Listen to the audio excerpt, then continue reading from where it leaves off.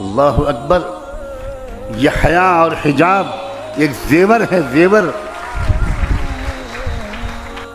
میں ایک بار دلی سے امریکن ایئر ویز کے جہاز پہ سوار ہوا، سخت بیمار حالت میں تھا، بخار تھا مجھے بہت تیز. 3 بجے رات کو فلائٹ میں پہنچا اس ارادے کے ساتھ کہ میں فوراً آرام کروں گا، لیکن اللہ کو کچھ اور منظور تھا. مجھے جو سیٹ ملی جہاز میں، اس میں بغل کی سیٹ پر ایک سردار جی، ایک سکھ بھائی جو فرینکفرٹ سے آ رہے تھے اسی فلائٹ سے، اور ان کے آس پاس کی سیٹیں خالی تھیں، تو وہ تو شاید خوب سو چکے ہوں گے، اور وہ ایک کمپنی کی تلاش میں تھے کہ کوئی آئے میرے پاس سیٹ پر بیٹھے گا تو میں اس سے باتیں کروں گا. تو وہ سردار جی جو تھے انہوں نے فوراً بات چیت چھیڑی راجنیتک حالات پر. تو میں نے ان سے موضوع گفتگو کو بدل کر اسلام پر گفتگو شروع کر دی، اس طرح کہ شاید وہ شروع میں فیل نہ کریں، لیکن تھوڑی دیر کے بعد انہوں نے لمبی لمبی جمائیاں لینی شروع کر دیں. اس کا مطلب یہ تھا کہ وہ بور ہو رہے ہیں اور he is not interested at all, یہ اسلام کے بارے میں سننا نہیں چاہتے. لیکن میں بھی بولے چلا گیا. مارکیٹنگ کرنے والے کو تو یہ سکھایا جاتا ہے، لیکن اللہ کو کیا منظور تھا؟ سامنے کی سیٹ پر ایئر ہوسٹس بیٹھی تھی، رات کا وقت تھا، کوئی سروس کا وقت نہیں تھا. اس نے پیسنجرز کو ویلکم کیا، اپنی سیٹ پر بٹھایا، جہاز ٹیک آف کر کے آیا تو وہی بیٹھ گئی. جب اسلام پر میں سردار جی سے اپنے نیبر سے بات کر رہا تھا تو اس لڑکی نے، امریکن لڑکی نے پلٹ کر میری طرف دیکھا اور کہا کہ sir I think that you are talking about Islam. میں نے کہا ہاں، اسلام کے بارے میں ہم لوگ بات کر رہے ہیں. تو اس نے کہا can I participate in your conversation, میں بھی کچھ بات کر سکتی ہوں. میں نے کہا شیور وائی ناٹ. تو اس نے کہا کہ میں اسلام کے بارے میں 1 سال سے غور کر رہی ہوں. اب غور کرو، سوچو اندر ہو کیا رہا ہے دنیا میں. میں کچھ پڑھ بھی رہی ہوں اسلام کے بارے میں، اور آئی لو، بہت سی چیزیں مجھے پسند ہیں، بٹ کچھ کویشچنس ہیں جو مجھے بے چین کرتے ہیں. تو میں آپ سے پوچھوں؟ میں نے کہا پوچھو. میں اس وقت اسٹوڈنٹ تھا اسلامک یونیورسٹی آف مدینہ میں. تو اس نے مجھ سے پردے کے بارے میں کہا. اس نے کہا کہ مجھے سمجھ میں نہیں آتا کہ یہ 50% آف پاپولیشن کو آپ کنفائن کر دیتے ہیں بیہائنڈ 4 والز، تو انسانی ڈیولپمنٹ میں یہ بہت بڑی رکاوٹ نہیں ہے؟ تو میرا ایک مزاج ہے، مجھے میرے بزرگوں نے یہ سکھایا کہ جب تم سے کوئی سوال کرے تو تم اس وقت اللہ کی طرف متوجہ ہو کر چپ کے دعا کرنا، سوال بھی سنتے رہنا، اور دعا یہ مانگنا کہ اللہ اس کا جو سب سے اچھا جواب ہو وہ آپ میرے دل میں اتار دیجئے، میں تو کچھ جانتا نہیں ہوں. سبحانک لا علم لنا الا ما علمتنا انک انت العلیم الحکیم.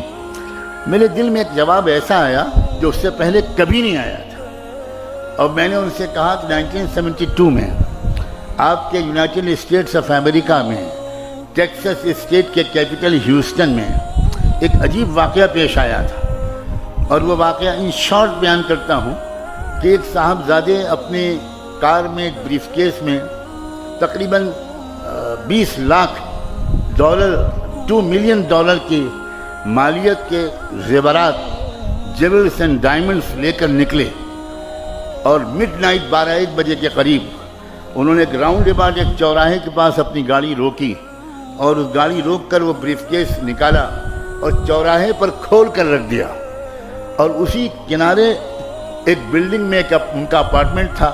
انہوں نے گاڑی پارک کی اور اوپر چلے گئے اور اپنی بیلکنی سے واچ کرنے لگے کہ اب دیکھیں میرے بریف کیس کا کیا ہوتا ہے.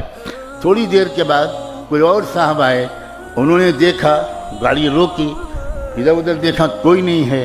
بریف کیس کو دیکھا، سوچا کہ $20 لاکھ مجھے اس طرح مل رہے ہیں یا اپروکسیمیٹلی. انہوں نے جلدی سے بریف کیس اٹھایا اور گاڑی میں رکھی اور بھاگ گئے.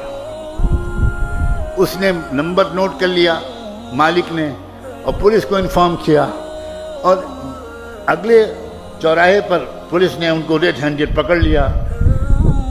کیس چلا. امریکن ٹیکسس ہائی کورٹ نے جو فیصلہ کیا، میں نے اس امریکن ایئر ہوسٹس کو وہ ججمنٹ کا خلاصہ سنایا کہ میں نے ریڈرز ڈائجسٹ میں وہ قصہ پڑھا تھا.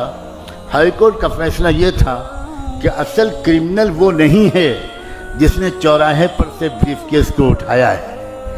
اصل کرمنل وہ ہے جس نے پروٹیکٹڈ پراپرٹی کو اوپن کر کے چوراہے پر رکھ دیا.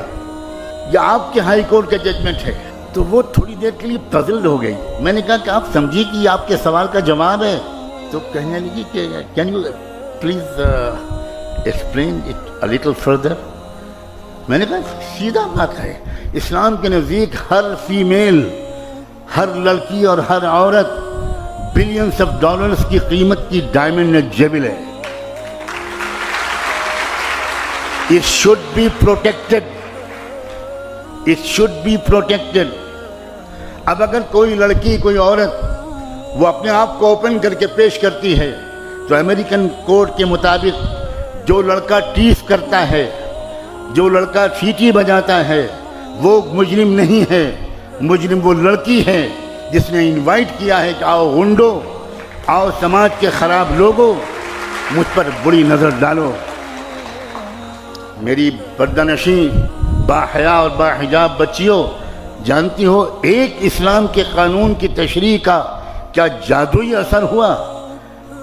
شی واز ان ٹیئرز, رونے لگی وہ, اور وہ کہنے لگی کہ اب کراچی ایئرپورٹ آ رہا ہے, میں تو اب آپ تو اتر جائیں گے, آپ کو یہاں سے فلائٹ چینج کرنی ہے.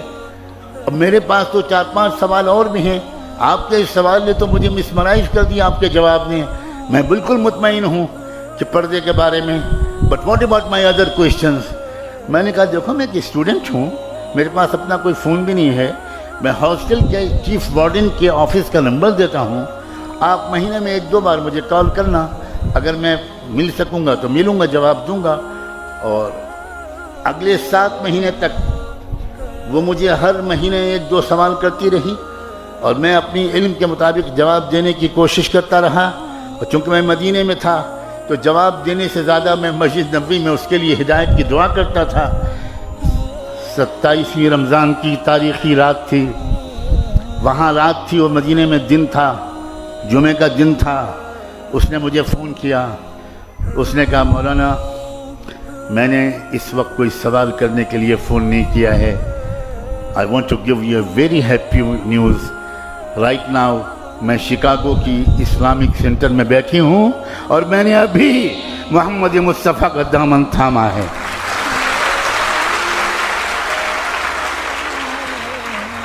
تمہارے پاس ہے لڑکیوں یہ چانس ہے کہ اپنی نان مسلم کلاس میٹس, روم میٹس, ہاسٹل میٹس, اپنی نیبرز, اپنی سوسائٹی اور محلے میں رہنے والی نان مسلم لڑکیوں سے دوستیاں بڑھاؤ اور ان سے کہو کہ پلیز لیٹ اس انڈرسٹینڈ, ہم لوگ پڑھے لکھے لوگ ہیں بھائی, ہم لوگوں کو ایک آپس میں ڈیبیٹ کرنا چاہیے, ایکسچینج آف نالج کرنا چاہیے. ہم لوگ لڑ کیوں رہے ہیں؟ We are civilised people. آئیے ہم لوگ بات کریں. آپ سمجھیے ہمارے حجاب کو, آپ سمجھیے ہمارے پردے کو. میں اس گھر میں رہتا ہوں, یہاں میری بیٹی بھی موجود ہے, میری بہو بھی موجود ہے. وہ پورا گھر نان مسلم سوسائٹی کا ہے. 99% لیبرز ہندو ہیں اور اپر کاسٹ کے ہیں. اور میں اپنی بیٹی اور بہو کے سامنے یہ بات کہہ رہا ہوں کہ وہاں کی پڑوس کی ہماری نان مسلم لڑکیاں, برہمن گھرانوں کی لڑکیاں, وہ ان بچوں